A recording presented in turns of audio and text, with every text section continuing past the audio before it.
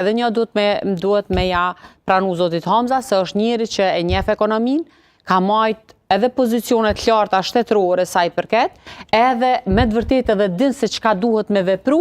edhe çka është e mirë për Kosovën. Nëse diçka ja pranojmë, domethënë pjesën e ekonomisë dhe të financave.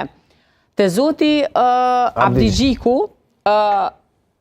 projekti me gas është pothuajse ajo jetike për Kosovën. Ne kishim mujt edhe në këtë qeverinë, të cilin 2021 e ka marrë vetëvendosje, ku e ka anulu programin e MCC-s, që ato njerëz duhen me ditë se ka pas me kalu domethënë gazi amerikan në për Kosovë, këta e kanë ndërprer dhe kanë bë bateri ku kurfar llogarie nuk ka, se ato bateritë akumulojnë energji vetëm për një kohë caktuar. Domethënë me gaz është ideja më e mirë edhe pres me u realizu ky projekt, nëse dojmë me qenë edhe të pavarur nga ana e energjisë.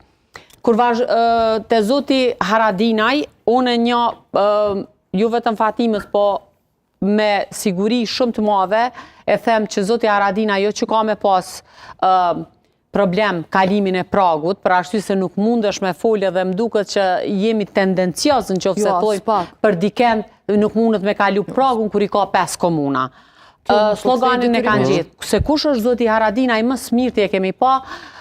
se çka ka fol për të zoti Wesley Clark e tjerë, domethënë për figurën e tij dhe për kontributin e tij për Kosovën. Kështu që unë mendoj që zoti Haradinaj do të kthehet në atë gjenezën e vet ku i ka pas pak a shumë 8 deri 9%, për arsye se nga ai rajoni i cilin e mbulojnë këta njerëz i besojnë, edhe është shumë lojal edhe